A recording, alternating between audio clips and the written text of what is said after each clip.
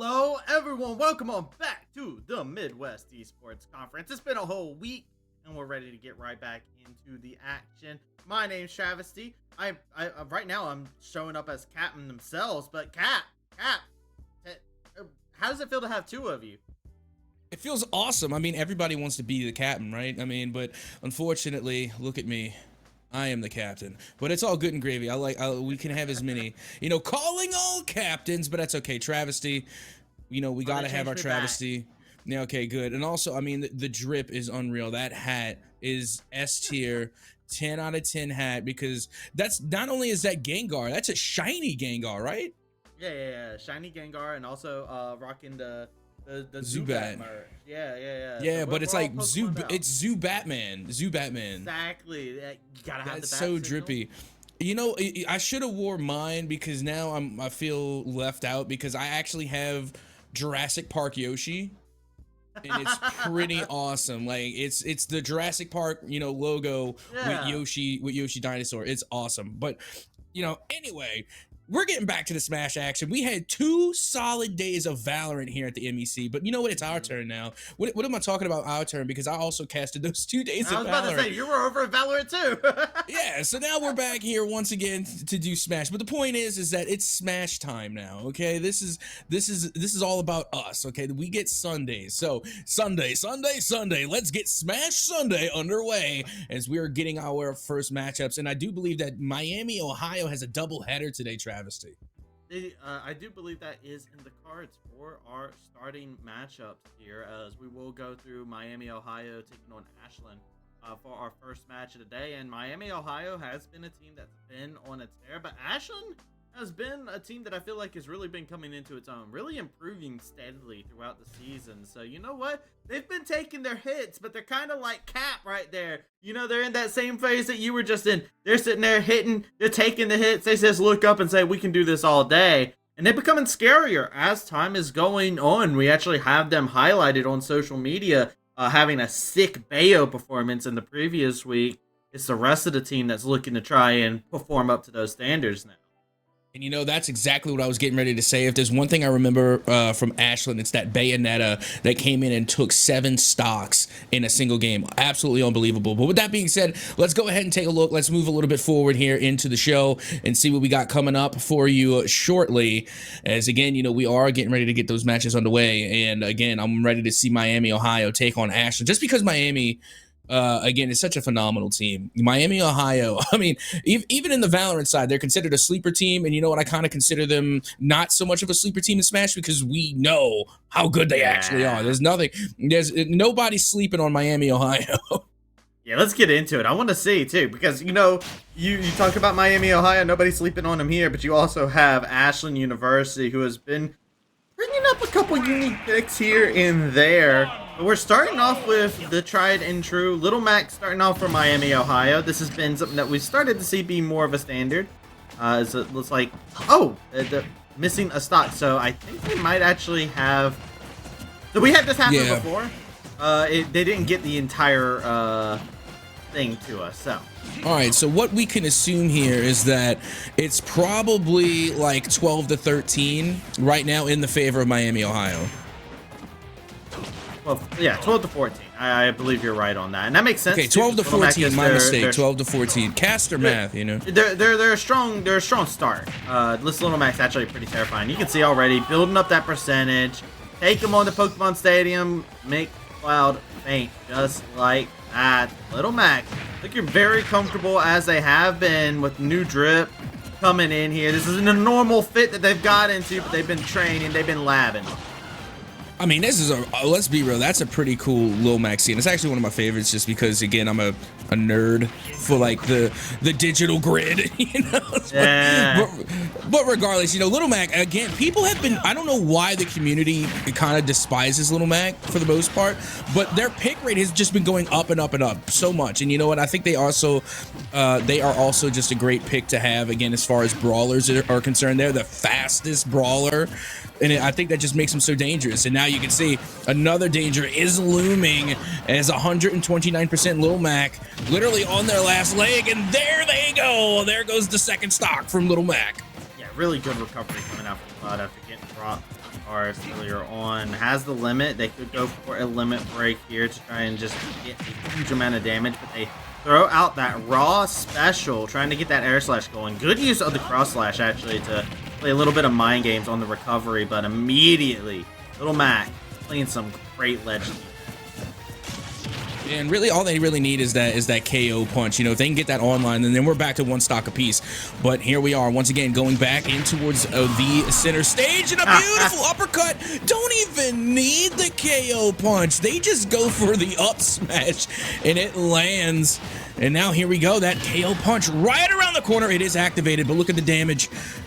Little Mac, this could literally be the ending moment. They get the up tilt, followed up into a nice combo, but no KO punch, and now the KO punch is off the table. Yeah, and limit break is on the table for this Cloud. So one limit break is all she writes, and that is it. Good stuff coming out from Ashlyn. Good recovery, but the Little Mac has done their job. They have put in the work to start things off, laid out the foundation. Remember, with a crew battle like this, when you're able to start things off nicely and you're able to take more stocks off the next opponent to come in, it just continues to make the job easier and easier until it's all around a team victory. Oh, 100%. I mean, if we are correct, and you know we were kind of late to the game and we missed the first bout, then right now Miami Ohio have a 2-stock lead, and that Little Mac was able to take 5 stocks by themselves. So again, that was absolutely phenomenal, and you know they put on quite the show. And honestly, it almost went their way. They almost were able to take 6 stocks, yeah. But you know the KO punch went offline. As soon as the KO punch went offline, and then not to mention the limit breaker was in the favor of Cloud. There, you know they got their limit breaker. So again, it's like literally the tables turned in the middle of the fight. But with that being said, let's go into the next bout. Remember, we still have Cloud from Ashlyn holding strong, trying to take on their next opponent. So let's get ready to head into the next fight and see who will Miami Ohio be bringing to take on this Cloud pick. And it is going to be Me Brawler. This is terrifying. So early on, this Me Brawler has been on point. They love going for those German suplexes, right? They love going for those primary lotuses over and over again. They love just grabbing you, tucking you away, and bringing your head down into the earth, spiking you. You gotta watch out. I can imagine that would be actually a very attractive option, is to go for those bowling balls and then to constantly just throw out those primary lotuses if they want them. Because that is actually a very safe way to approach this Cloud, who really needs to get up into your face, looking for those combos, build up that limit break, and get that cross slash going.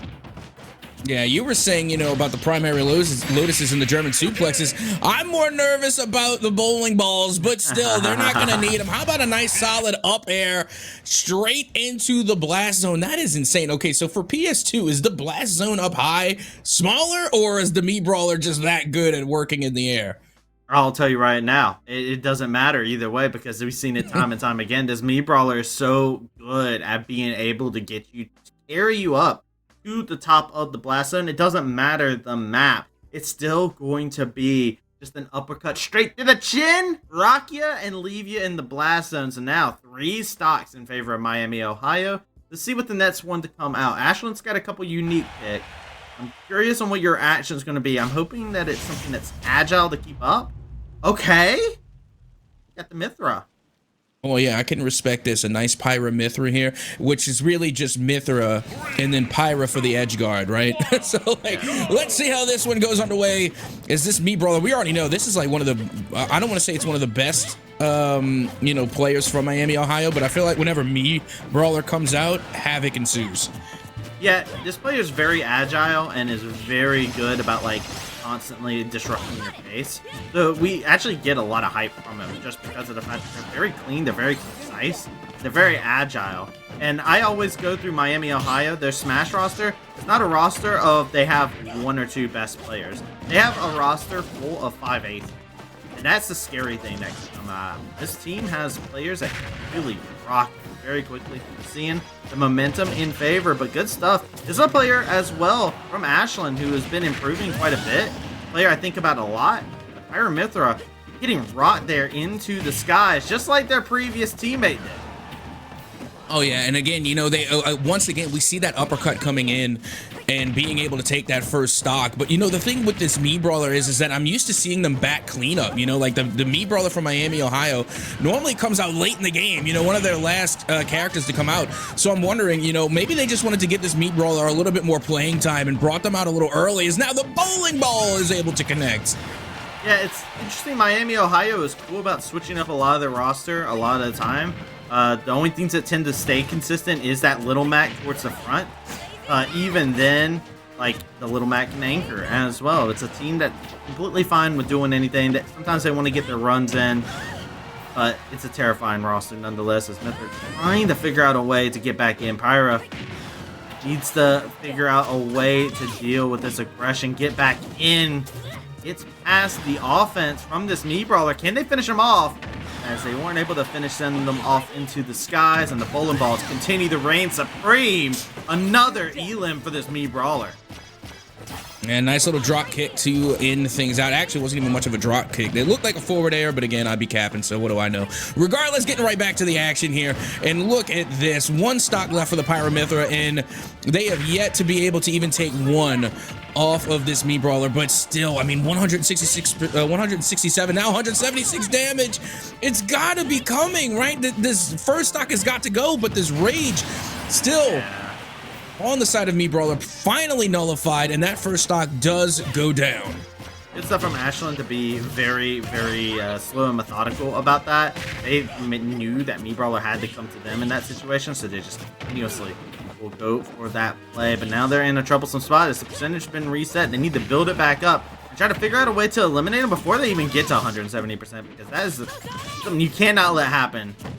See, feeling that pressure a bit, just throwing them out raw over there on the ledge. Nice throw, but doesn't have a lot of off air that they can really go for against this Mii Brawler. Yeah, and you see when they go for those forward air kicks, is that a forward air or is that the Mii Brawler's neutral air? I believe that is the... Okay, because that's what I was thinking, but at the same time, I'm thinking to myself, wait, what? Well, if that's the forward air, what's the Mii Brawler's neutral air? But you know what? It doesn't matter. How about a nice kick to the chin to send you into the blast zone, as this Mii Brawler now has taken down two different players, and again, playing just phenomenally, being able to come through and take, you know, 3 stocks off that Pyramithra with the cost of only 1 for themselves. Yeah, and like you said before, they were able to finish off the Cloud too with no issue as well. And I do think that this actually becomes a little bit of an interesting strategy that I feel like people have to accommodate for. Is Miami, Ohio, they do have like these heavy hitters that a lot of people get terrified of, the raid bosses that are sitting up here in this right after the point guard, right? They just come in there right behind the Vanguard to blow anybody back. I'm curious, Ashlyn, they chose one pick that they thought might be able to take away. They only got 1 stock off. Who do you decide to go for here? Is it the Ganondorf that was surprise entry last week? Or do you go for something that's a bit more zony? You see, that's difficult, because don't get me wrong, I would love to see the Ganon come out just because I'm a big fan of the heavies. But at the same time, this Mii Brawler is just so speedy. Again, they're not on the level of Little Mac, but they're still a very, very speedy character. And I think it's going to be hard for Ganondorf to really pin them down if they do decide to go in that direction. I mean, maybe you can go for a little bit something more zony, but at the same time, I'm trying to remember. I mean, honestly, this could be a time for Bayonetta to come out from Ashlyn, because again, Bayonetta's not exactly zony, but they can keep up with the speed of Mii Brawler and then some. So here we go. The famed Bayonetta from Ashlyn now will take a turn against this Mii Brawler. And this is the Bayo that we had highlighted over on the socials from last week. Had a fantastic play, just coming up short in terms of the team, but this Bayonetta did not know the definition of coming short. And they are laying in a good bit of hurt. Keep an eye out for them, going in, dashing forward a lot, but I feel like we're going to see this either go one of 2 ways. It's going to be pure domination from either side. They're going to get their momentum and be able to play their game. Yeah, well, let's see already. You can see, I mean, it is just about an even bout, you know, both sides really just finding their openings here. And now Bayonetta with the back air, able to land at least 1. And there goes the Prime Lotus. Nice grapple there in order to, again, give themselves a little bit more leeway. As now you can see it's starting to even out in terms of damage percentage, but here we go off stage, and this is like the last place you want to go against a Bayonetta. Bayonetta in the air is very dangerous. So again, Me Brawler takes Bayonetta center stage, gets the forward smash, and gets the first stock. Be able to grab a hold of, but now you're at 133%. Rage building up in the heart of this Me Brawler. They want to get in there and lay in the hurt. You gotta watch out. Good throw, getting that damage onto Bayo. Bayo is a very, very light character, so you can send them flying very easily. These bowling balls are actually very terrifying. Thankfully, Bayo has no problem recovering. Oh, absolutely not. But and you know that's the thing, is that we talked about this last week as well.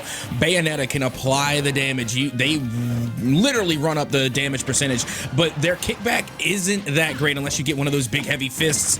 Maybe a witch time would definitely help them out here. As you can see, they're at 100% damage. They are in the knockback potential, and there it goes. The second stock now going from Bayo. This Brawler is terrifying. At 160%, they can get launched at any moment in time at this moment in time, but good use of the primary loaders off of recovery to immediately turn things in their favor. Nice throw with the eye. Gonna go ahead and throw out those bowling balls. Nice bit of action as they're just continuously blinking around. Good stuff to get out of the way of the fist of this Me Brawler, but finally, one stock down, but look at what it has cost you. Yeah, they can still make it happen, though. I mean, it is one stock to one stock. And right now, Bayonetta, they just have to play, I don't want to say flawlessly, but they have got to avoid a lot of these heavy hits. A lot of the primary Lotuses have been really what has just been padding up that damage percentage so much. So they have got to be careful. They have got to find their openings. And once they do, just get the biggest chain of combos that you possibly can. Otherwise, this one is going to go, again, in the favor of Miami, Ohio. Yeah, we haven't seen the Bayo combos actually coming out here, and I think that is a good bit for the Me Brawler disrupting their game plan. We've been seeing the Bayo kind of going for more hit and runs, but the only thing getting hit is Bayo with those bowling balls. It's a fierce onslaught here, and Bayo, cool with doing splits, not calling for that 7-10 split. There it is, the kick right to the back brings Bayo on out of there. Me Brawler, yet again, trade one stock for 3. That's pretty effective, I feel. 100%. I mean, there's a reason that this Me Brawler has been the cleanup hitter for Miami, Ohio. You know, they're normally at the back of the pack, ready to just, you know, solidify victories. But this time they throw them out right in the thick of it, right in the heat of the action. And already they have taken now 3 different players down. But let's get ready to see who Ashlyn will try and bring out to finally put an end to this Me Brawler. What will the pick be? They've already gone through one of their most notable picks with that Bayo. So let's see now what the pick will be from Ashland. You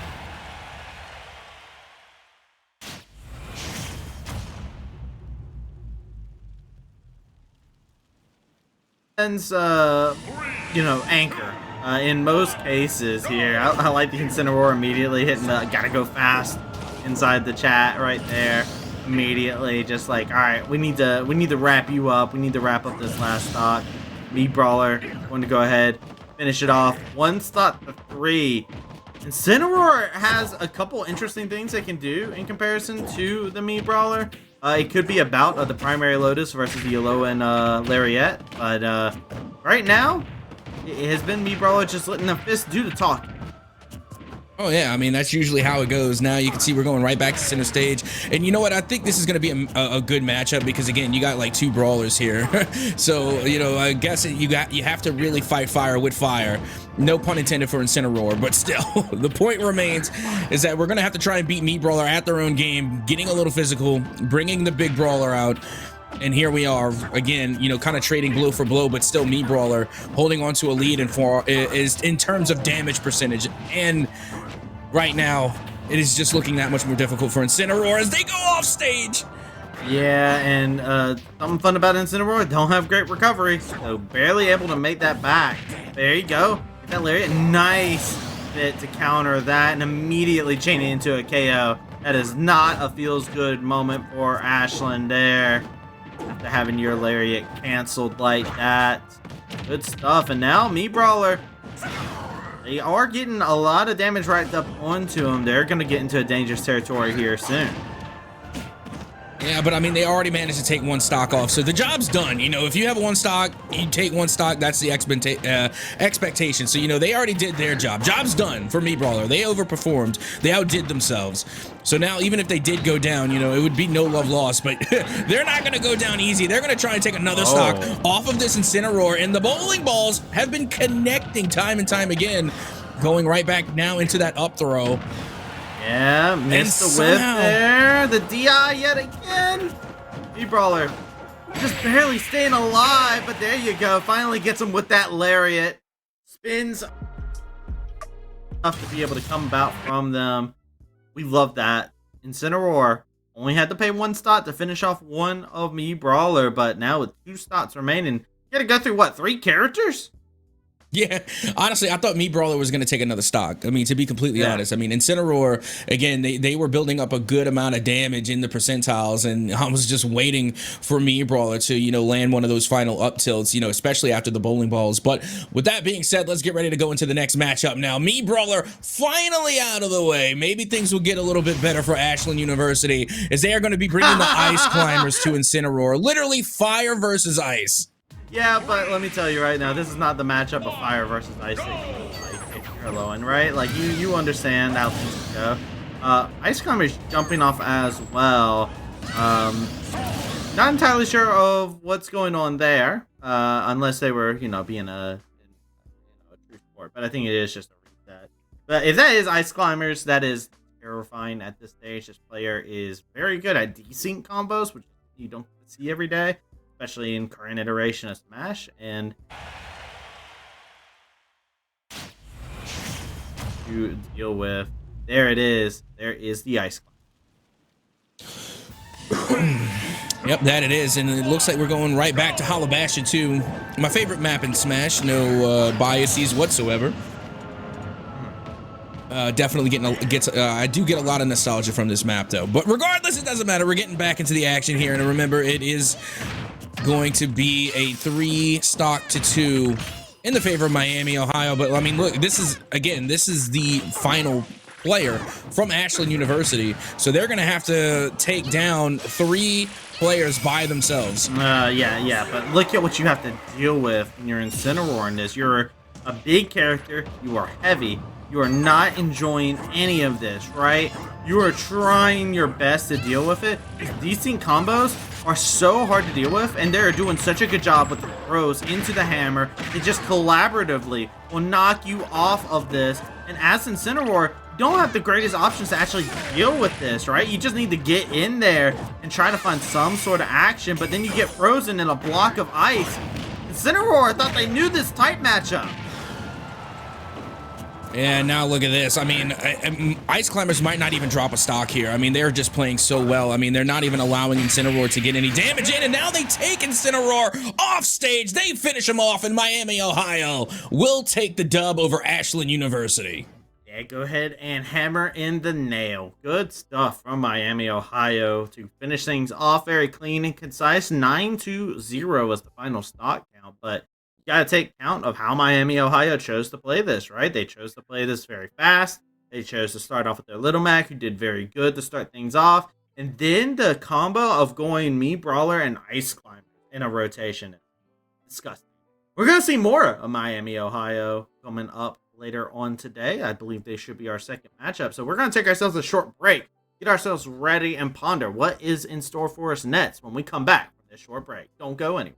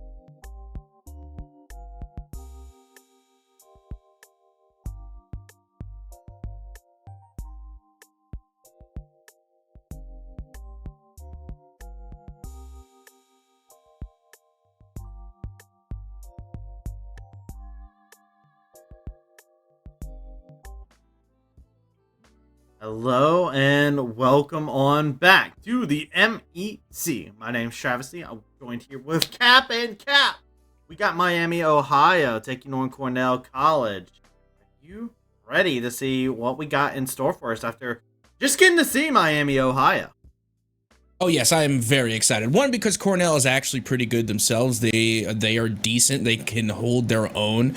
And Miami, Ohio, again, they are they are just a really good team. I mean, every single time I get to see them play, it's never disappointing. They come out really, really strong. So again, I'm hoping the best from Cornell. I really think that they're going to put up a good fight. And if they can honestly take down Miami, Ohio, then that's just going to bode extremely well for them, not just in the standings, but, also in terms of momentum and morale as well. So let's see if Cornell will be able to break this out. But again, Miami, Ohio, this is their doubleheader. So, they should be warmed up and good to go. Whereas Cornell, I don't think they had any matches before this one. So let's see how it goes as we get ready to get our first matchup underway. Let's see what the rosters are going to look like. Let's see who will be coming out first as we are loading in. And we have ourselves a Villager versus a Yoshi. Well, I don't know if this is something that they're used to being able to throw in inside of their net, right? This is a hard matchup for Yoshi, I feel like. But if Yoshi gets in there, be a nice little bit of mix-up, as you can see. Trying to let the Tims do some of the talking for themselves here as Cornell. We were talking about one of those schools that have been doing very well for themselves. Villager. That's something we get to see every day from Miami, Ohio. And it's funny because, again, Villager is actually, I would think, a pretty good character. And then I've actually been seeing like their counterpart pick more than not. What is the name? Rosalina, the dog. Forget the name. Isabella. The other Isabella. I don't know why I said Rosalina. Isabella, the other Villager character nasty. Who comes out. That was dirty. That was filthy. Yoshi gonna have to go and take a shower after this matchup. Get it washed up after doing that to the Villager. Taking good advantage. Villager has some great recovery, but Villager hasn't been able to set things up, and a fumble after planting a lovely little tree. Yoshi will go and dance underneath it. But Cornell College losing one stock as this all goes about. This is Miami, Ohio, kind of getting themselves taken aback by this Yoshi. And right now doing a fantastic job, again, as you say, using the power of the Tims to try and take this last stock off of Villager, and out goes the hydrant, what I assume is a hydrant. It looks like a hydrant. Yes. It missed the first time, trying to land it the second, but not much doing. Yeah, yep. This is what you tend to see a lot of times with Villager. Throw in the hydrant and go for your mix up if you want to go in. I'm actually surprised we don't have as many trees that have been going, but it's also like they haven't been able to, take control over our ledge in any of these exchanges or anything of that sort. But the hydrant's such a powerful tool. You usually just throw out the hydrant, jump up with a slingshot, pop a shot, and then you just continue and rinse and repeat. This Yoshi's doing a good job navigating this field, and the bowling ball is ever so terrifying just to see it come out like that. Oh, absolutely. And again, when I'm talking about Villager, yes, I do expect to see the hydrant, but I'm really surprised that we haven't seen a lot of trees. We finally do get one, but at the same time, we haven't seen a lot of net throws either. And not to mention, Yoshi, they've been doing pretty good at avoiding the edge. So like you said, we haven't really seen a lot of those bowling balls either. Yeah, no, this is really good, though, from the Villager. Good recovery coming in. So on their last thought, they were able to get rid of Yoshi, so now they're at an even spot. But this firework is starting to send on off. They're lighting up Yoshi's life like nobody else. This is not a situation you want to be inside of, and Villagers kind of found their groove, it feels like, and that could be a terrifying thing as a Yoshi. There's that bowling ball coming in, dropping on your head. It feels like a two-ton tunic.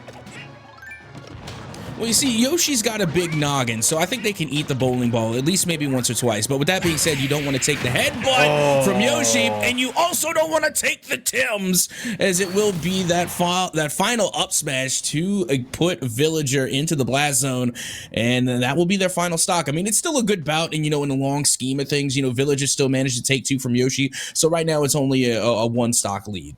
Yeah, and the big thing for Miami, Ohio now, their strategy has to be, all right, we need to get this Yoshi off the field without losing a stock. Who is good into this?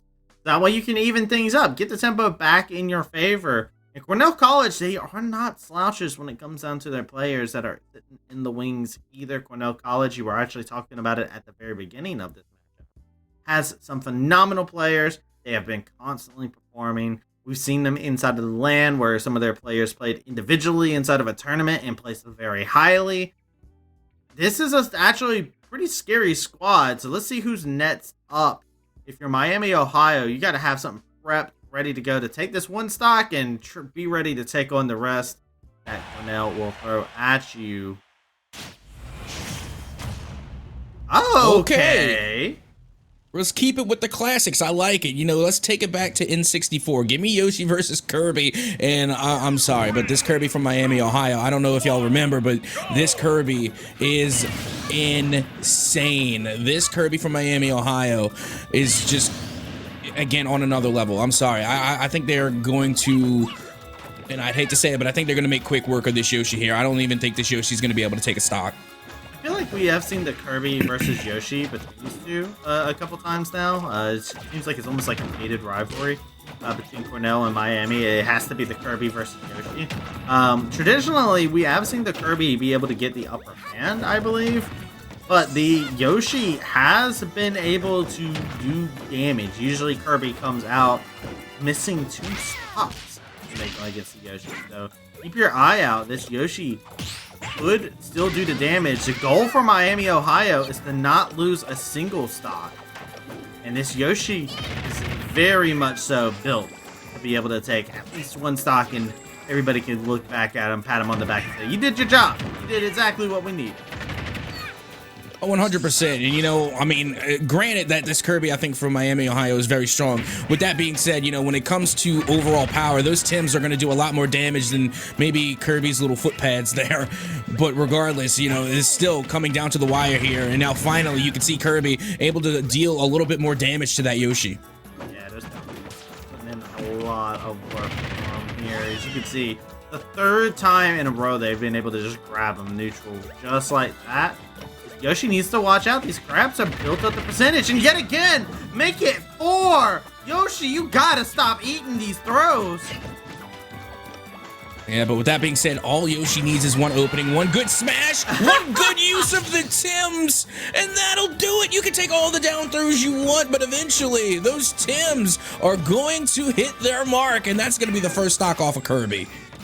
First stock off for Kirby. Kirby looking at this 150%. He is still going to throws, by the way. Look at this. They immediately ran over, grabbed the throw yet again. They are constantly going for these. It almost feels like Kirby's game plan on the approach has actually turned a little one-dimensional. They're starting to switch things up now. They've just been dashing in and throwing because they see that has been the most effective. But there you go. Hit them on up. Nice play to finish things off. But for now, still get to carry an advantage going into this next matchup. Yeah, that they do, but I gotta tell you, again, I was really surprised that the Kirby pick, you know, just didn't take that initial stock. I think they, like you were saying, they went maybe for too many of those grapples. Instead of just trying, you know, end things off with a solid smash, even an up B might have been able to do the trick. But regardless, it doesn't matter. Kirby's still able to finish off, get that stock, and put Yoshi to bed. But now let's get ready to see what the counter pick will be to take on this Kirby. Again, remember, the Kirby from Miami, Ohio has been a thorn in the pick just to get rid of them quickly.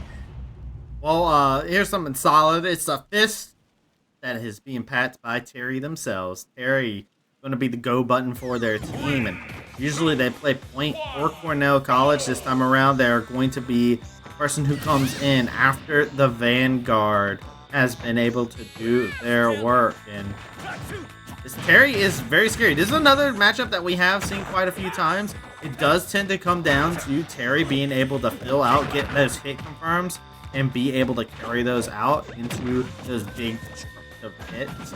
Kirby gonna have to be fast and nimble to make sure that they avert their way from the fist.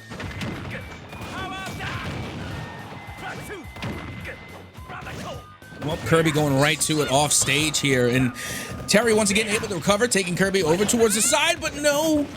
That was very dangerous. Again, if Kirby takes you off stage, you pretty much go into their territories. Again, the recovery from Kirby is pretty good. Meanwhile, Terry still trying to go toe-to-toe here, no pun intended, with Kirby, and that back air will be enough to get the second stock off of Kirby. Yeah, Kirby is very light, and the thing about Terry is they have no problem sending you flying.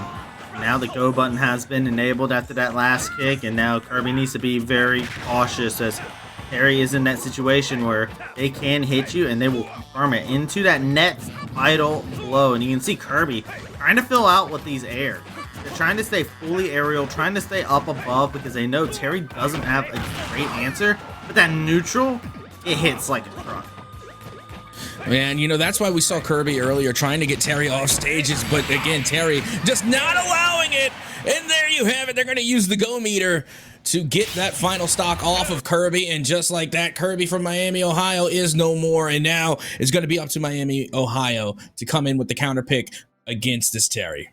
Restock advantage for Cornell. That is huge. Let's see. Miami, Ohio. Do you send in one of your raid bots? Aptly called them, right? The cleanup crew.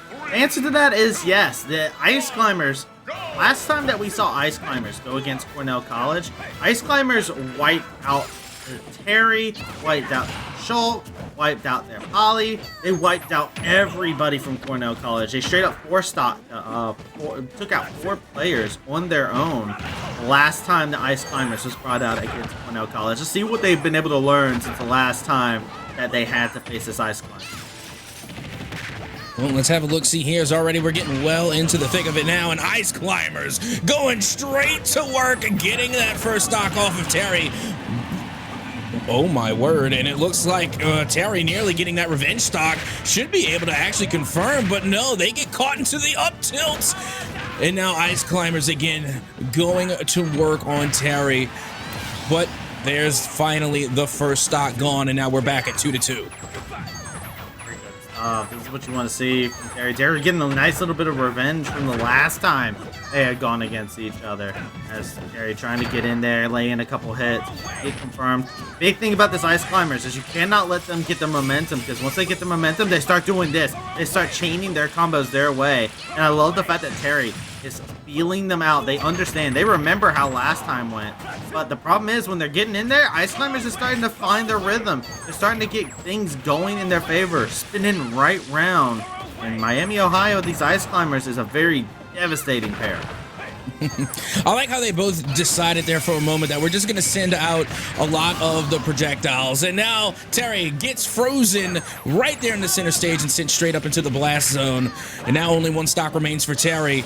And again, the Ice Climbers aren't wasting any time here. They're trying to get on the damage and look to try and lap Terry. But Terry, again, going to look for that revenge stock, and they just might get it. We got 1/2 of the Ice Climbers, but you become much weaker when you lose your duo, 50% weaker, some would say, but it's even worse than that. Now, Ice Climbers back up. It's a stock to a stock. They are laying into damage, and the big problem that Terry's having, they can never even get to a point where they can just use their go button. Once they get to that triple digits, Ice Climbers is ready to set him up for a KO punch. Yeah, that they are. And there goes the freezes again, turning Terry into an ice cube. The go meter's active, but they're not going to be able to use it. That final smash will be enough to take the final stock off of Terry. And Miami, Ohio, now back within 2.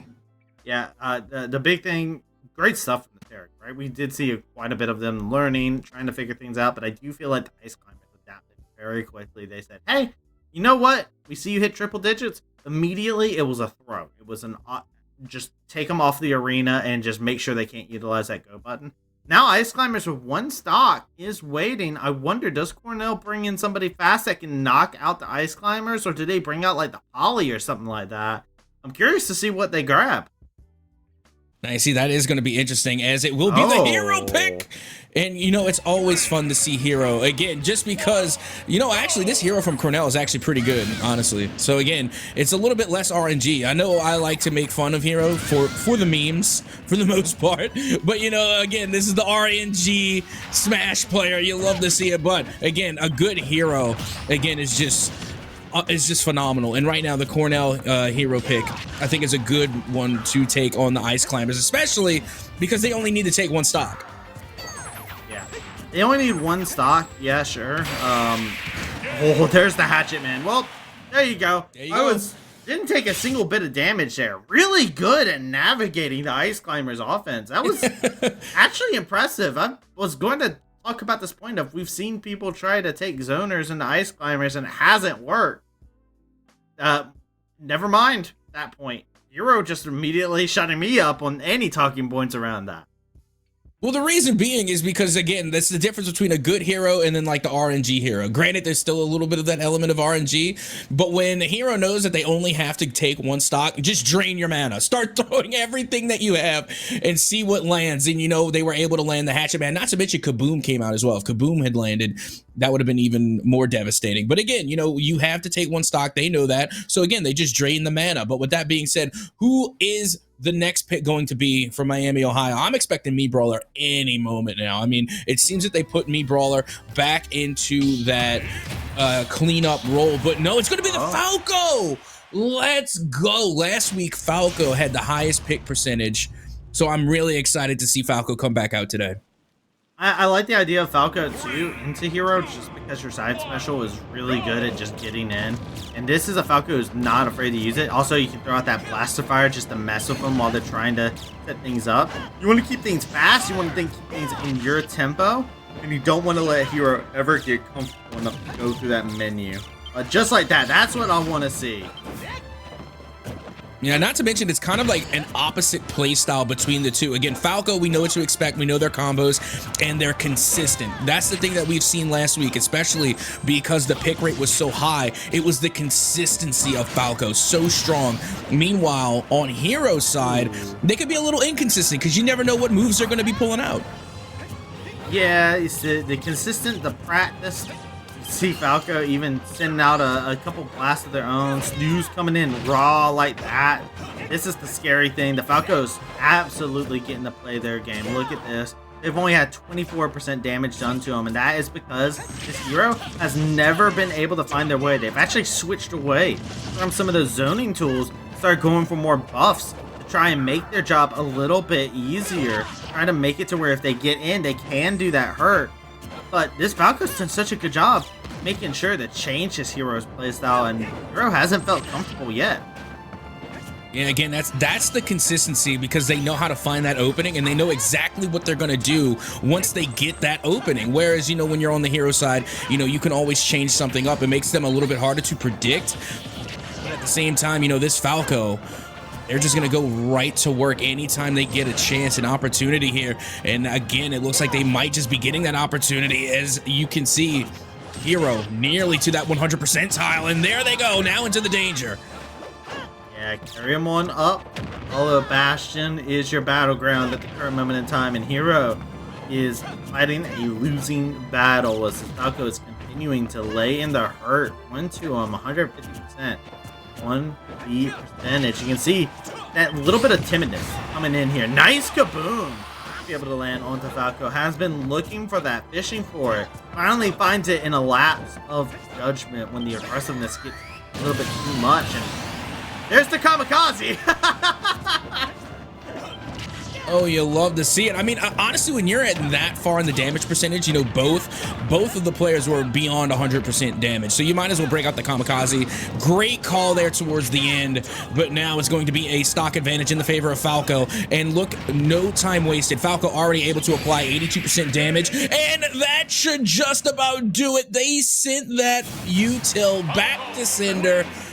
And they take the final stock off of Hero. Again, the Falco picks have been going so well here at the MEC. It is really good. Like I said, I love the fact that it was picked into Hero of all things. It's a character that you can absolutely maneuver around and make it to where they are as uncomfortable as possible. Let's go into our next matchup, as now we're tied up in terms of players, but it is a one-stock advantage still in favor of Cornell College. Miami, Ohio, they're the ones that are on the back foot in this Falco. In the resurgence needed, it's time for the Shulk from Cornell College.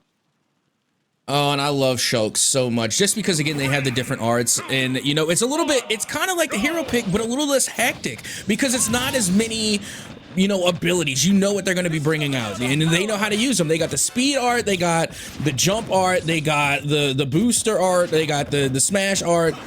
You know, again, there's just, you know when and where to use these different abilities, as already Speed Art has come out.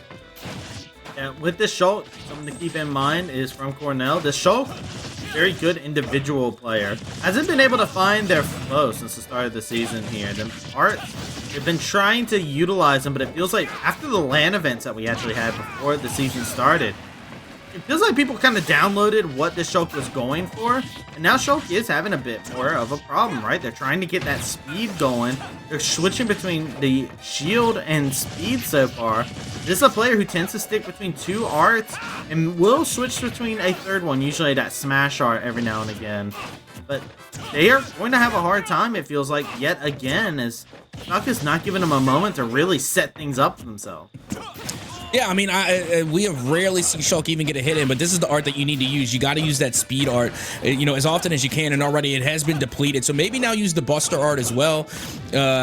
Could try and apply some damage, but the jump art will come out, and it's not going to really do them any good because right now, you know, Falco just hasn't allowed Shulk to get any hits off at all. This is what you want to do if you're Falco. This is what we saw in the last one here as well against the hero. This time it's Shulk who's having a different struggle but of the same variety, and it is just constant Shulk looking for those moments, looking to bob in those different moves here. Shulk at 130%. Falco completely fine, playing things slow, fishing for those side specials.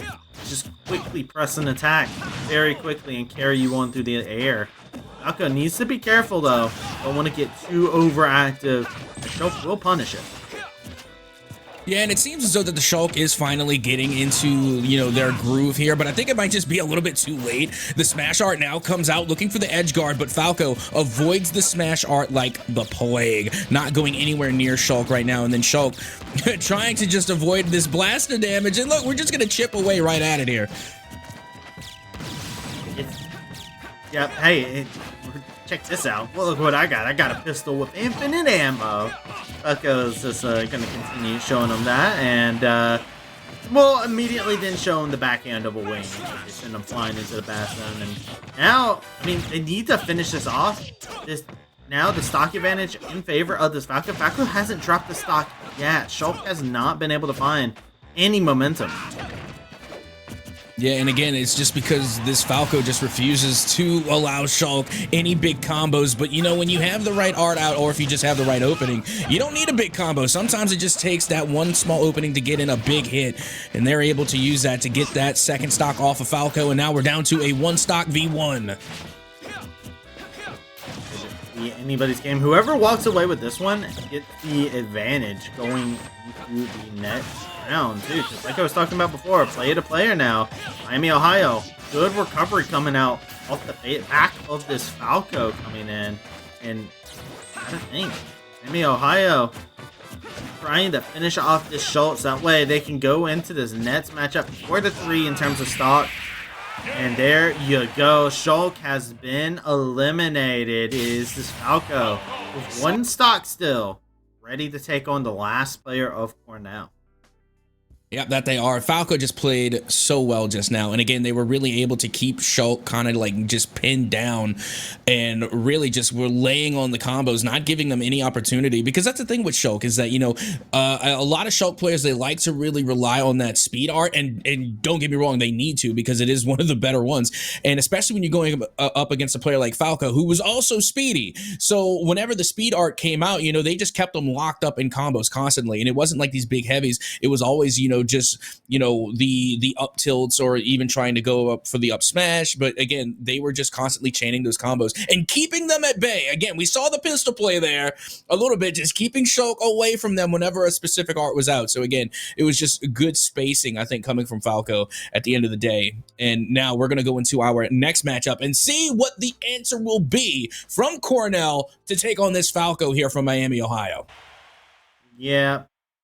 Here it is. It's the Polly, I believe, right? No, it's a Robin. I forgot about the Robin in the back end.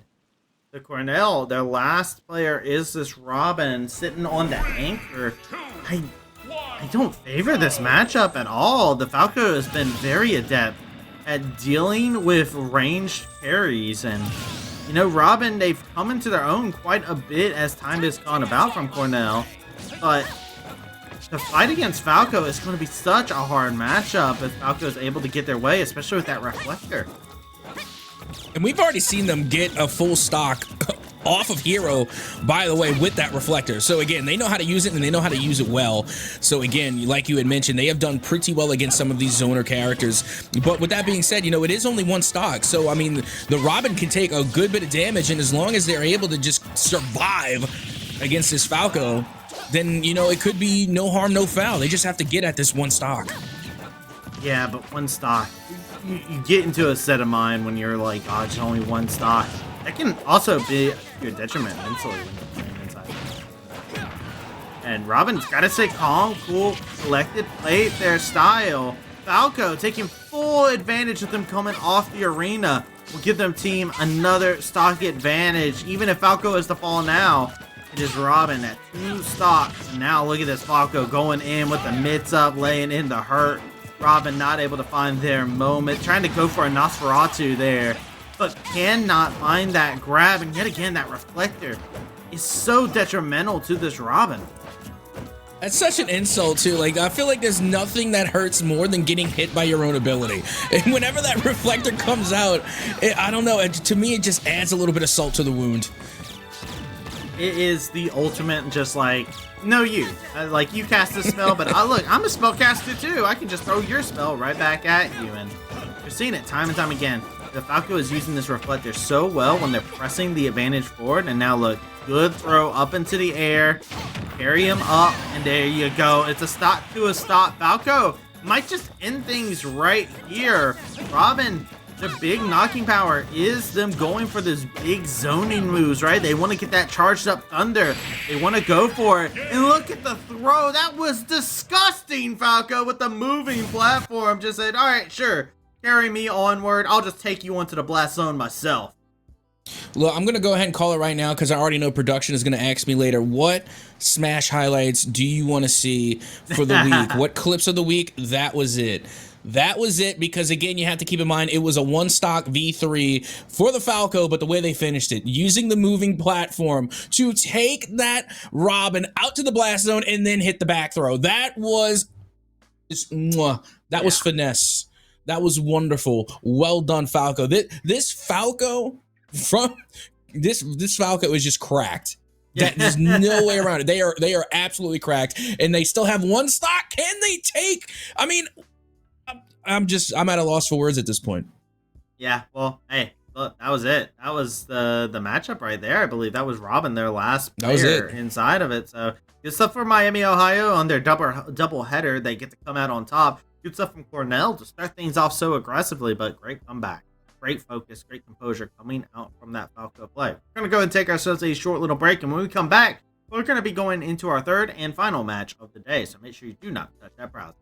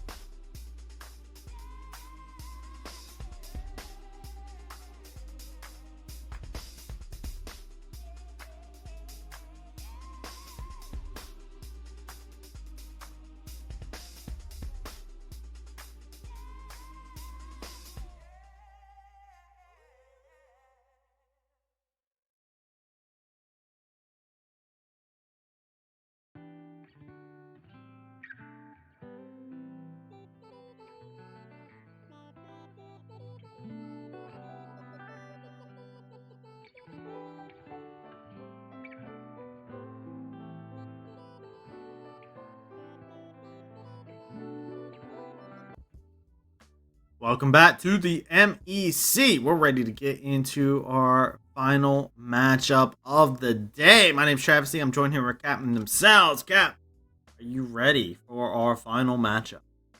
Yep, that I am, because we have already seen Miami, Ohio go up twice, and 2 times they have taken the dub, and now we get to go into a matchup where Miami, Ohio finally gets to take a break. We got 2 new teams coming our way, isn't that right, Travesty? Well, one of the teams. We have Ashland as one of these 2 teams that is coming up here. So, that is a team that we got to see at the very beginning of the day, and a team that we've been talking about, seeing the groove. Oh, it's Cornell Campbellsville. My bad. So we have them coming in here. So should be a fun time. And I'm excited just to see Campbellsville take the stage, as they've got a assortment of fantastic players that are sitting in their own that have been silently kind of climbing up the ranks and showing their stuff. Well, without further ado, let's get this first matchup underway to see who is going to be able to come out on top first here and start the damage in terms of the stocks. Nice little transition there from production, as we're going to have a Yoshi taking on Terry. This is different than what we're used to here. Cornell coming back in. Of course, they just got done with their matchup. They have themselves the Yoshi, while on the other side for Campbellsville, the Tigers. They're coming in hot with a Terry to start things off. Should be interesting here, as we do see... I've seen the Terry from Campbellsville every now and then, but it's not a common thing to see. So this should be a very interesting matchup. Yeah, and we've already seen what the power of the Tims can do. I mean, again, that Yoshi that we saw earlier did a pretty good job. So let's see if Yoshi from Cornell can do just as good. As here we are again, Terry now finally starting to answer back here and getting that damage percentage a little bit more even. And now back center stage, that tail, and now the egg throw off stage as well. Yoshi, again, doing pretty good at avoiding a lot of this damage. Yeah, but this tail is doing quite a good amount of work here. Nice recovery to be able to come out. I'm going to go ahead and hit him with that go button punch, straight to the chest. Hurt this Yoshi a bit. That go button enabled. That's a dangerous territory to be inside of. Yoshi able to stay alive in this instance. Good egg throw to regain a little bit of their stature inside of the stage. And a nice up air. Just send them on up. Beautiful stuff. And now it's up to this Terry to get a revenge stock of their own. But Yoshi will not make it easy. Well, absolutely not. Again, more up tilts from the tail coming through, putting Terry up on high. And now they find themselves into a forward throw. I mean, Yoshi, again, doing a good job of taking that first stock. But Terry should be able to take this next one. But hold the phone. Yoshi still not done yet. Yeah, hit him straight up with the raw down special. Hit him with that bream. That's what it goes in there, laying in some more hurt. Going off stage, trying to take advantage, and yet a beautiful spike. Hitting him with the heel of the Tims. This Yoshi is feasting on this Terry at this moment in time. Yet again, another down special just coming in and laying into hurt. Yeah, I'm wondering, if I can actually find some purple Tims. You think they make purple Tims? Because I'm trying to get like Yoshi, But meanwhile, Yoshi finally loses their first stock.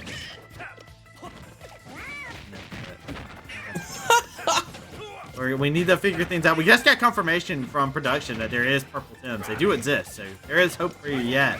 But right now, hope is fading from this Terry, as this Yoshi is standing so ominously. You were talking about that Jurassic Yoshi earlier on. Well, right now, we got a T-Rex problem. They got a dinosaur problem. It's Terry trying to figure out how they can deal with this dino crisis that's sitting in front of them.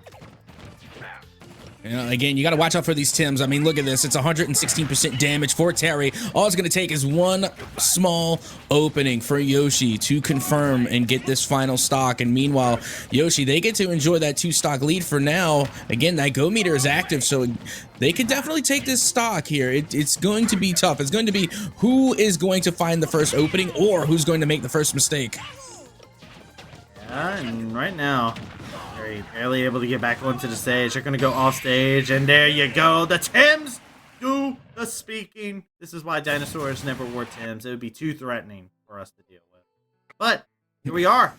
Yoshi staying up ahead. Yet again, some things are staying the same for Cornell College. Yeah, they only lost one stock there. So again, not a lot of love lost there. And not only that, but they get to go after the next player. And they're going to go right into it here. Let's get ready to see how Campbellsville will come out and counter this Yoshi pick. As it will be Palutena. Very interesting. I kind of like this pick. Yeah, I like it a lot too, just for the stray fireballs that can come out. I think Fireball is just such a good option. We've seen it be so effective here inside the MEC as well. Seen all the polys really taking advantage of it. And we've seen actually a couple more polys as time has gone on too. Ever since we had that fantastic play over at the LAN, we've seen more teams venture into the world of Palutena. I love to see it, and we're seeing Campbellsville navigating this pretty smoothly. Yeah, and you know, while Yoshi is still up and standing, I just need to say that I never wanted to boop a snoot more than Yoshi's. You just want to boop Yoshi's snoot? Yes, yes I do. It's a big snoot, and it requires a boop. But regardless, we're going right back to center stage here, and right now both of these players require a stock. Palutena requires 2, Yoshi needs 3. So let's see if they can get the job done, as we are even in terms of damage percentage, at least for the time being. And now you can see Yoshi just trying to close that gap, but Palutena again with the fireball, able to keep Yoshi at bay. When in doubt, Fireball will solve your problems, and Palutena is very well adept at that situation. Good stuff from him. Yoshi's not able to really press the advantage that they want. They're trying to get those Tims in there to do a little bit of hurting, but it is a hard adventure to be able to go in there, especially with this Fireball. It's just covering so much of the screen whenever you try to go across. Oh, he's really good at making sure to time those fireballs right as the Yoshi's trying to go in for that dash. And now we're going right back to center stage. And honestly, this isn't where Palutena wants to be. There you go. You got to get more towards the edge, as now they do close the gap and they do find a little melee, but the fireball off stage. That was perfectly placed. Not enough to confirm though, but definitely puts Yoshi in the danger. 130% in the red. In the herd, get a couple of egg toss in there.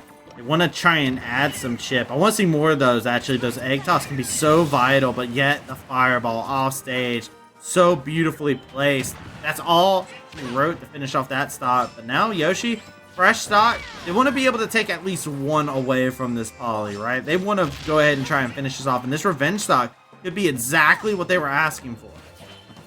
Yeah, I mean, Palutena's not the heaviest character, you know, in Smash, so it shouldn't be an issue, especially with 112. All you need is some good Tim placement, but Palutena still holding on here, and they're just still going to go after this last stock of Yoshi.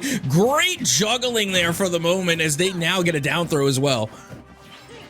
Great stuff as the purple Tims. Not the purple Tims. They're there. And right now, we're getting a full display of them. We had 3 purple Tims on the screen for a moment there, as this Yoshi is trying to make full display of theirs as well. Continue to go forward. And fireballs, they're so oppressive. Yoshi is having such a hard time getting in. Palutena gets the clean sweep to Yoshi. We're back to an even game. Yeah, again, I'm thinking to myself, there is no way. There's just no way. Yoshi has to get one stock, but no, Palutena, even, you know, rounding 150% damage, was able to just keep Yoshi at bay the entire time. And I got to tell you, that was some of the best fireball placement I've seen from a Palutena in the MEC. That was a great display on how to use Palutena for sure.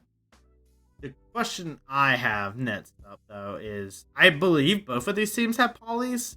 I wonder if we will have a world where they decide they want to go for a mirror match. I believe there's polys on both teams, so we'll see. Let's go into the next matchup, see what the option is. Did they go for the mirror matchup, or did they go for something a little bit more different? Did they go for something that was a little bit more in their favor? It's the Shulk! Actually, you know what? I can kind of get down with this, just because if they really utilize that speed and jump art, then they should be able to get an upper hand. But I'm not going to lie, this is not the best stage for them. This is a little bit of a wider stage that could really benefit Palutena, again, especially if they play towards the edges here. And the speed art already gone. So again, we're going to have to see if Shulk can really use the remaining arts to their advantage here. And Palutena, you got to keep in mind, this particular Palutena is, you know, pretty aggressive. They're not afraid to go melee, go hand to hand with you. Yeah, they see a juggler, they're going juggler. That's just been the name of the game. I'm also curious just because of that. We normally see Shulk in that anchor position. Usually they're either last or second to last to come up for their team. But this is telling me that this player is also maybe comfortable into this, right? They're like, yo, let me in, let me cook real quick. Let me show you guys what I can do. And you know what? I'm here for it. And you know what? They're doing well so far. With that being said, that, you know, we haven't seen them really take a lot of damage. Granted, they haven't been able to deal out a lot of damage as well, but they've been able to avoid a lot of these ranged attacks from the Palutena. And now it's just about creating an opportunity to really, you know, deal that damage onto Paulie. Is now, look at this, Palutena taking Shulk right off stage there. They're forced to recover. Out. Oh, trying to get into range to try and finish things off, but you know, the percentage hasn't been climbed up just yet. Goes ahead, goes into that smash art. You see Paulie immediately not wanting any of the smoke, but they're still going to find themselves inhaling a bit of it, as that Shulk was able to get a nice smash hit off. Fireball to try and keep that defense on there. Good knowledge of the spacing coming out from Paulie, but the Shulk is doing a good job just being right out of range of where this Paulie wants to be at. Yeah, great edge guarding here, and that's where I was expecting the smash art to come through, is on the edge guard, and it does connect, and they're able to take the first stock, all the while taking a good amount of damage themselves. Yeah, I mean, they're at 90%, right? But if you think about it, right, in that last little bit, they didn't take any of that. It was all within the course of that matchup, sure, but that last little bit, that was all Shulk, and I feel like Shulk's actually kind of feeling their groove a little bit, because they knocked out Paulie. When we talked about it, they didn't lose any percentage on their HP until when the Paulie was at like 40%. Our eye onto that. Good use of the shield, actually, with the fireball incoming. Yeah, not only that, but they're also using that speed art just to recover. Again, they were using their own slashes to get back to the stage, and it actually worked out, but now the speed art is gone. So there's going to be difficult now to try and really close that gap, as they do hit the jump art now, but they still recover. Great use of the jump art to make it back on stage. That was very, very clutch. At 145% too, you got that rage. Looking to see if you can go ahead and hit up this Paulie a little bit more. Has that smash art ready to go. If this Paulie is not careful, they blink in, almost in a precarious situation, but good use of the fireball. Splat Shulk in front of our screen, and now it's 2-2, but Paulie has had to use up a lot of their percentage to make that happen. And now you can see the smash art does come back out, but Palutena again off the juggle, able to send Shulk up into the air, but the shield art comes in just in time. And the spike coming from Shulk takes the second stock off of Palutena. Absolutely slapping the Paulie down into the blast zone. That was sick. Really good read coming out. And that's the thing I feel like we're seeing from this Shulk, right? This Shulk has got a good read, and this is why this player said, all right, you know what? Normally, I'm in the anchor. I'm waiting in the wings. Hey, this Paulie's a problem. Let me at him. I feel comfortable with it. The mismatch, it's a mismatch for me. I like those odds. This Shulk is so clean on how they're actually approaching the matchup. And take a look at this. Paulie going right after this second stock, trying to get the revenge in, but now the Buster art does come out. Looking to connect here, but Palutena just trying to avoid it at all costs. The fireball comes out, and now it looks like Shulk was able to close the gap here, but by the time they do, the Buster art is gone, and they get hit by a fireball. Yeah. Good spacing coming in. Good use of the jump art, getting a recovery. Speed has been enabled, and now it's time to try and punish a little bit of these gaps that are created. So you can see the Shulk has that smash. Wants to hit him one more time, but Paulie doesn't want any of it. Automatically backs up. Very disciplined gameplay coming in. Can we just change the name of Smash Art to Edgeguard? Like, I just want to change the name. Like, it's no longer the Smash Art, that's just Edgeguard. Meanwhile, Speed does come back out, and honestly, this is my favorite art from Shulk. Again, I think it gives them probably the most validity. Is now you can see Smash again going for that Edgeguard. Not going to be able to land it this time, though. Palutena really good on the recovery. Yeah, they're being very mindful of how they need to recover in these situations. They're being very mindful of the space that needs to be earned there. And look at this. Good grab coming in from the Shulk. But the fireball, catching him a little bit off guard. Wasn't expecting it to get thrown out at that moment. Good use of the shield, though, to try and push forward their advance. And there's the juggle at 100%. Paulie evens things up. It is 1-1, but it's all in favor of the Shulk. as they hit him with the back air. Yep, no smash art, no buster art, just the back air. And then sometimes that's all you need. Shulk able to take down the Palutena, but at the same time, they did lose 2 stocks, you know, just in that attempt alone. So again, it was still a great poly display as far as I'm concerned. They played well, and now Shulk has 1 stock left to try and do the most damage that they possibly can going into the next bout. I mean, I think you like those odds. You were able to recover pretty well after what the poly just did beforehand. So, you know what? Good stuff. You have 1 stock. What does Cornell send out to deal with this Shulk at this moment in time? Because I feel like the Shulk, this is an example of the Shulk has their hands, right? I was talking about in the last matchup that I wanted to see them kind of pop off the way we did it, see them pop off as an individual player. Here we go. We're starting to see shades of that here. Let's see what Cornell brings in. It's the young Link. Yeah, and I'm really liking the young Link here. Campbellsville are going to be bringing out one of their better sorties to take on Shulk, which is one of Cornell's better sorties. And honestly, young Link it's hard to say because they're literally one of my favorite sorties in the game. I don't want to give them the top pick, but to me, I mean, I got to put them as my #1 favorite sortie. It's weird calling them a sortie though, because even though they do have a sword, right? They mostly zone you out, right? They have bombs. They use the boomerang. They use their arrow. The sword is the 4th most used thing out of their kit. They do not use that sword at all in comparison to everything else that they have, all the tools at their disposal to be able to go in. Dangerous situation for the Shulk to go into. Trying to eliminate this young Link, get that stock ripped off of him, but keep an eye. Yet again, good use of the speed to just carry him across the platform. Looking for that spike. They will get the KO off of the recovery. Yeah, that they do. And again, that was a great stock, especially considering that, you know, they were kind of looking in a worse for wear in terms of damage. So they had to get rid of that stock very quickly. And then, you know, they were able to deny the recovery. So again, fantastic job by Shulk. And they're going right back at it with the Buster Art. Now taking out the Smash Art. They have an opportunity. They went for the edge guard, but they just could not land it on young Link, who is still struggling to get this 1 stock off of Shulk.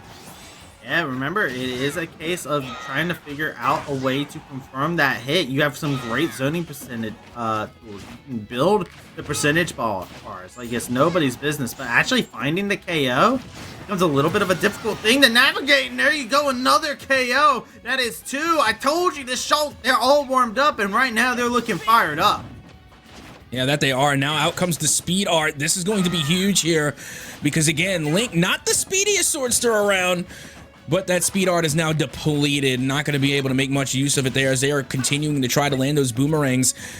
And now we find ourselves back center stage here, and Shulk again just in the danger. All it's going to take is 1 good opening, and this should be the end of Shulk, but we've already seen them do a lot more with a lot less. Yeah, they are still feeling like it could be anybody's situation, right? They are got the speed going for themselves yet again. Boomerang comes in, gives the mitts up, gets a nice throw into the back, throws them off platform. Good use of the bomb, but the Shulk's able to stay just fine. Gets that jump art going. And now they're going to be zipping around, trying to find a little bit of an angle, but these boomerangs, the arrows, you have to try and survey all these different onslaught of options that the young Link has to constantly provide pressure. Shulk not appreciating any of it. Goes into shield, good usage of it as they just got hit with that bomb. The boomerang comes back around. They have smash available, but they're going to go ahead and get rid of that as there's no reason to even have that art up at this moment in time. No, it's the speed art that makes me nervous every single time it comes out because, again, you know, especially against the zoners and with the zoning abilities coming from Link, being able to close the gap with the speed art can give the opening that Shulk needs. But right now, you can see Link still holding on, still being able to avoid a lot of these big slashes. Yeah, you could see it's a good tempered game plan coming out from the lane. They actually just tried to go for a KO right there, trying to hit him with that smash, but gonna find anything on it. And they're hungry for it. It's 180%. It's just enough. They splat Shulk, but at what cost? It cost you 2 stocks to finish up the 1 of the Shulk.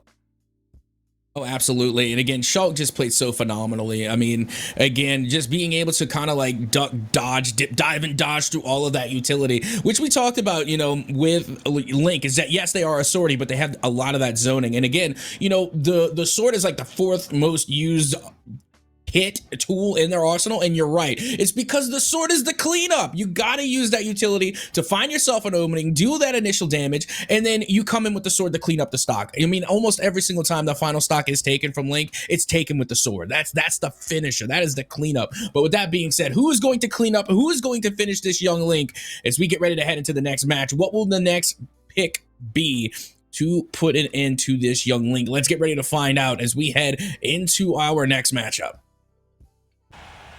Here we go. Cornell College, what we got coming up next? It is a hero. We might be in for some zone v zone action. Well, let's get ready to find out. Keep in mind, you know, we're looking at Cornell College, and they are looking pretty strong right now. They do have a 2-stock lead. And all they got to do is take this 1 stock off of this Link, and that's going to be a full 3. So here we go. We're getting right into the thick of it here. As already you can see the utility going out, and watch out for the bang attack. They're not going to be able to use it, though. They do land the sizzle. So again, a good use of, like you said, a little bit of those range attacks coming from Hero. Yeah, I think this is what you really want to go for in these instances as Hero. And when you're going into the young Link, you're not going to find yourself getting up and close and personal. I don't think the buffs are that great. A kaboom like that, just hitting like that, it's much more effective than any bombs that young Link can throw out. And right now, just looking for those options. If young Link gets too close and you're going through your menu, that's great. Oh, the snooze. Night, night.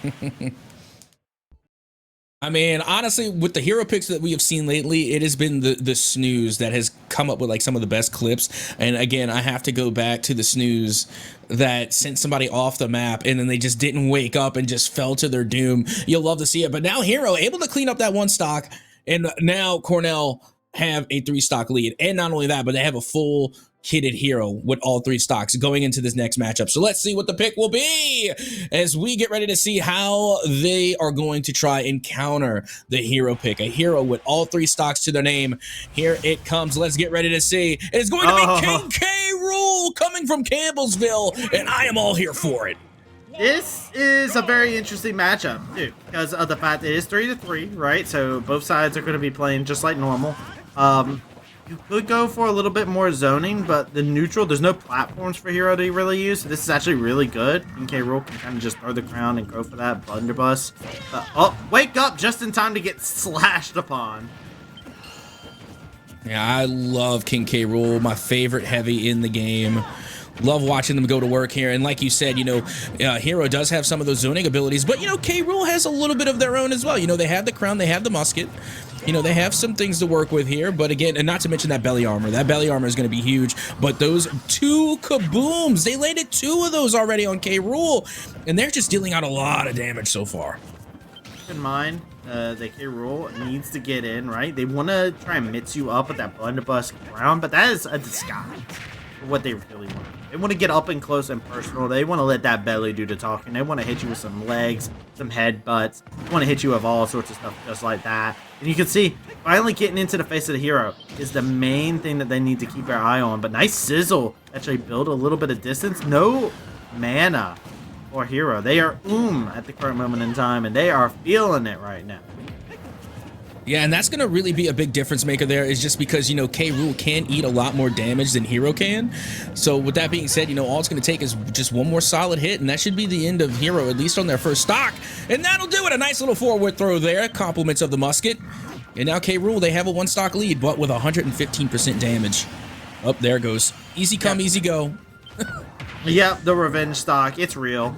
And that's not good for Campbellsville. They don't want to do revenge stocks. They don't want to have these instances coming out. They want to, they don't want to go 1-for-1 in these trades. They want to actually just find themselves in instances where they could possibly go 2-for-1 or 3-for-1. And the fact that King K. Rool getting eliminated like that just put him in a weird situation. I actually saw the kamikaze there in the menu. I thought he almost selected it. I was going to laugh so hard if he actually just ran into the middle of the stage while King K. Rool was jumping around and just say, all right, time to full send it. I mean, Cornell College, they're the ones with the lead at the moment in time, so they can kind of go for a little bit more riskier plays. And 1-for-1s don't allow them to keep their advantage.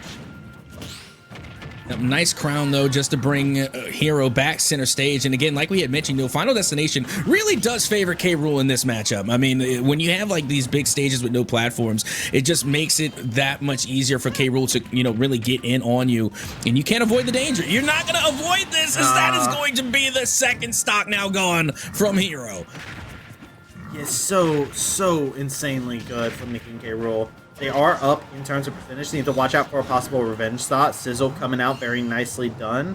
Gets that bounce for themselves. King K. Rool has some fantastic recovery. It's going to take some time to just chill out there, but a perfectly timed kaboom finishes things off. Now King K. Rool, they are stock to a stock. It's anybody's game, but stock advantage still going to remain the same, as Bill needs to finish things off as Cornell finish things away here.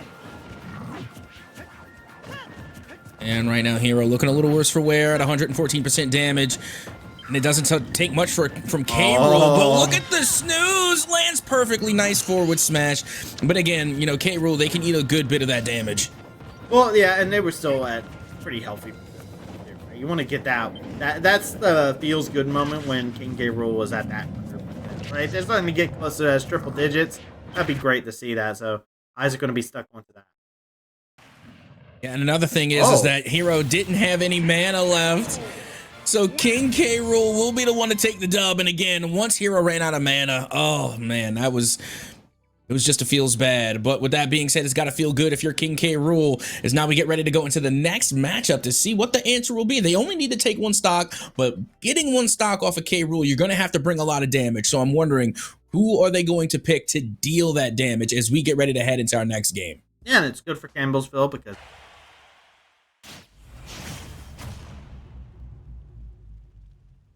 to come out. So not a lot of cushion when your fist meets King K. Rool's scales, but this is a good character to actually knock out King K. Rool with authority. You want somebody who is just going to sling him off because their recovery is really good. So get somebody who's going to treat him like a punching bag.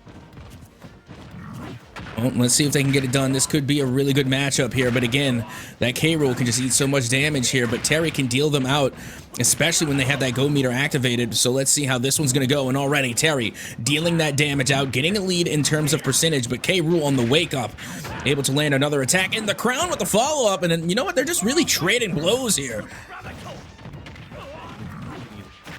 Well, they want to continue getting in there, get a little bit more in. Good stuff from Terry. The percentage built up. This is what I was talking about. That not bad that Terry presents for themselves is very big. And remember, on the side of Campbellsville, they're the one that started off with a Terry of their own, but this is the Terry that has done so much work for them. Can't recover from that. They got a little too hyphy, and that is to their detriment off of the edge. Good stuff from King K. Rool. They will be finished off after taking one stock away from the Terry. I mean, they did their job. They took a stock, they lost a stock. You can't really ask more of that. But again, I love the smash animation when you see K. Rool's eyes pop out. I mean, yeah. Donkey Kong does the same thing, but it's always so fun to see. But now King K. Rool, they're done. They're out to the side, and now they get a little bit of an advantage going into the next round because they only have to take two off the Terry. But that Terry, again, they were able to take that one stock pretty quickly. So let's see what the answer will be to take this Terry on head-to-head. Oh. Going to be the Rob coming in. This is an interesting one too, because of the fact that Rob is that bigger body. They've got a lot of tools to work with, some zoning tools that you can kind of work with. They're that jack of all trades that can mix you up. They can throw out those gyros. They can hit you with those lasers. They can mix you up in the air. But they're not a master of any, is the big discussion that usually happens with Rob. They are so good at just being able to do a little bit of everything. And now take a look at this. I mean, I really do think the Rob is a great pick, especially going up against a Terry.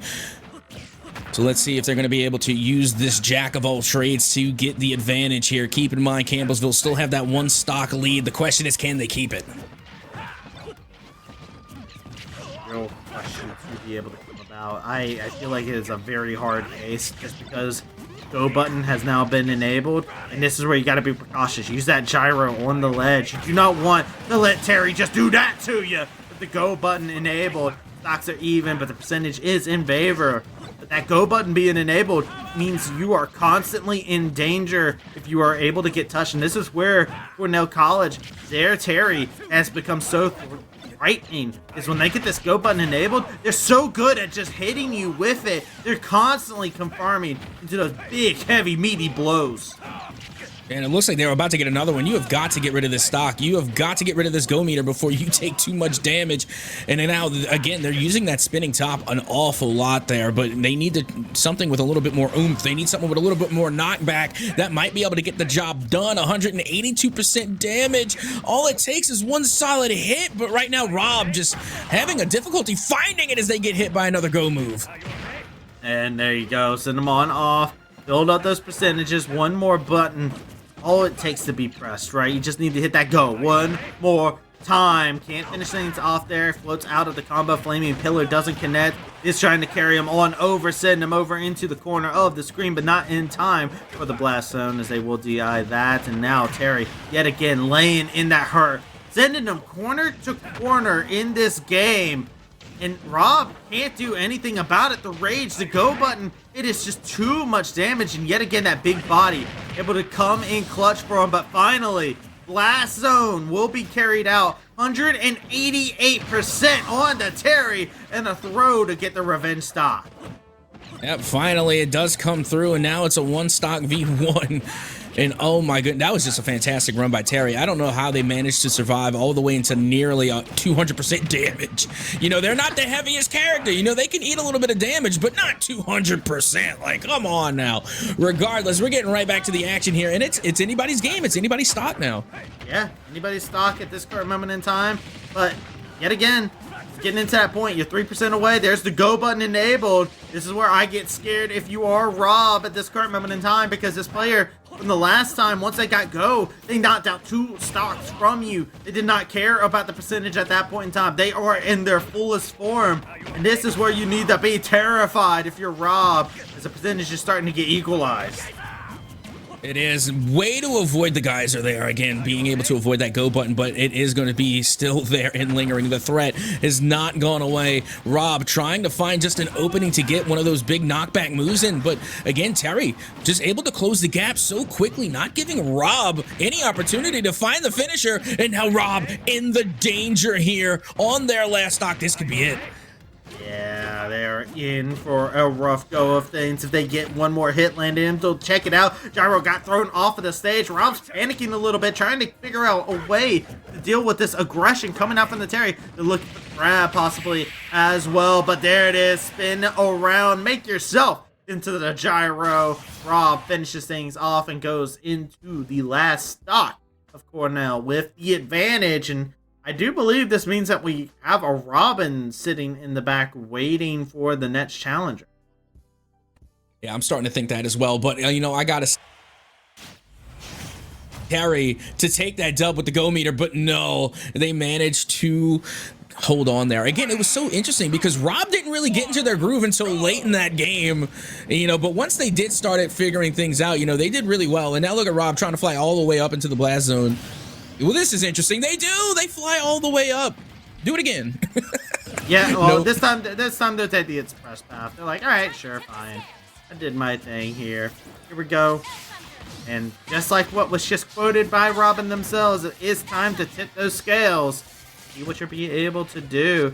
And this is a matchup that is much, much more in favor of the Robin than what we saw in the last one. You have much more space. The problem is, you're using up your charges of your Thunder completely. And you have your Fire spell that you can go into. Sword is A-okay. You can utilize that if you want to. You can get in there and mix things up. Robin's just... This Rob's actually just giving the Robin the space they need to just charge up raw Thunders.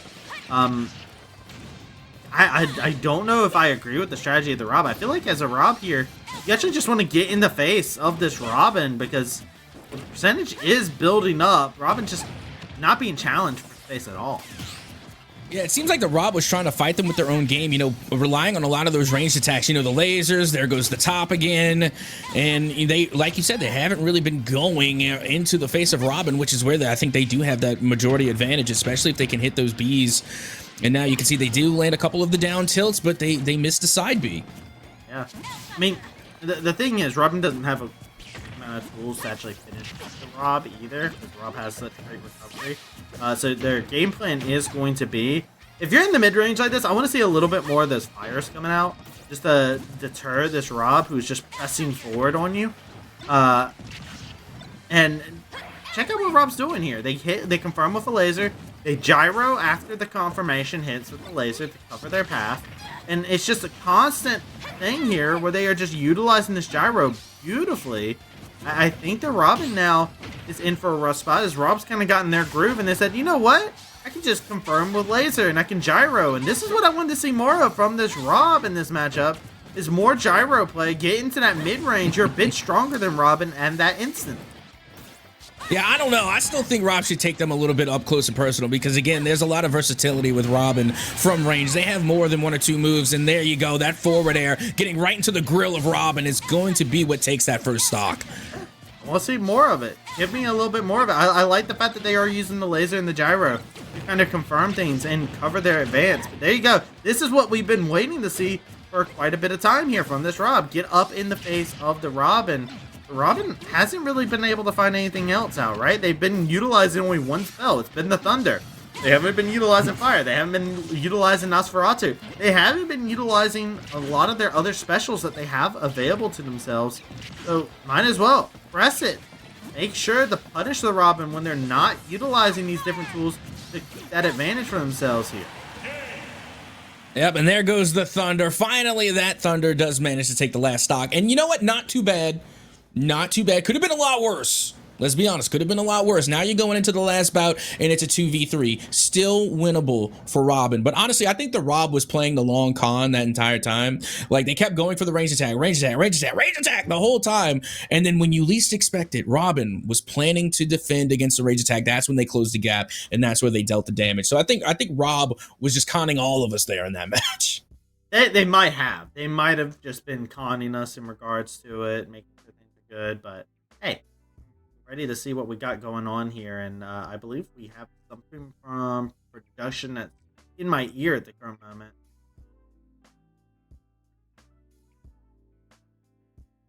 Oh.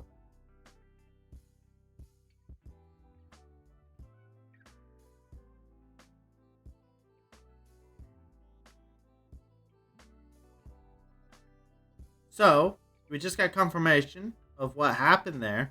Bowser won at the very beginning, and we actually just did not get the first match. So it was actually a 2-0 victory coming out, and I guess that's just, I believe it was, they just picked up the dub that way. So that's very interesting. Okay, so that was the last one, and it is going to be the Robin, and that was Cornell's Robin, right? Or was that Campbellsville? That was Cornell's Robin. Yeah.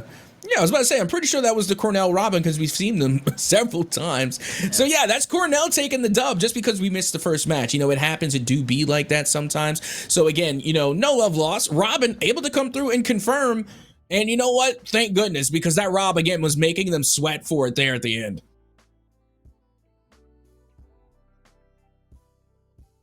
I am just, I'm confused, I guess. But hey, look, if Cornell's able to pick up the dub there, that was great on their behalf. So, hey, that's it for MBC for us today, I guess. So, a little anticlimactic in regards to the way that things finalized. But hey, sometimes it happens that way.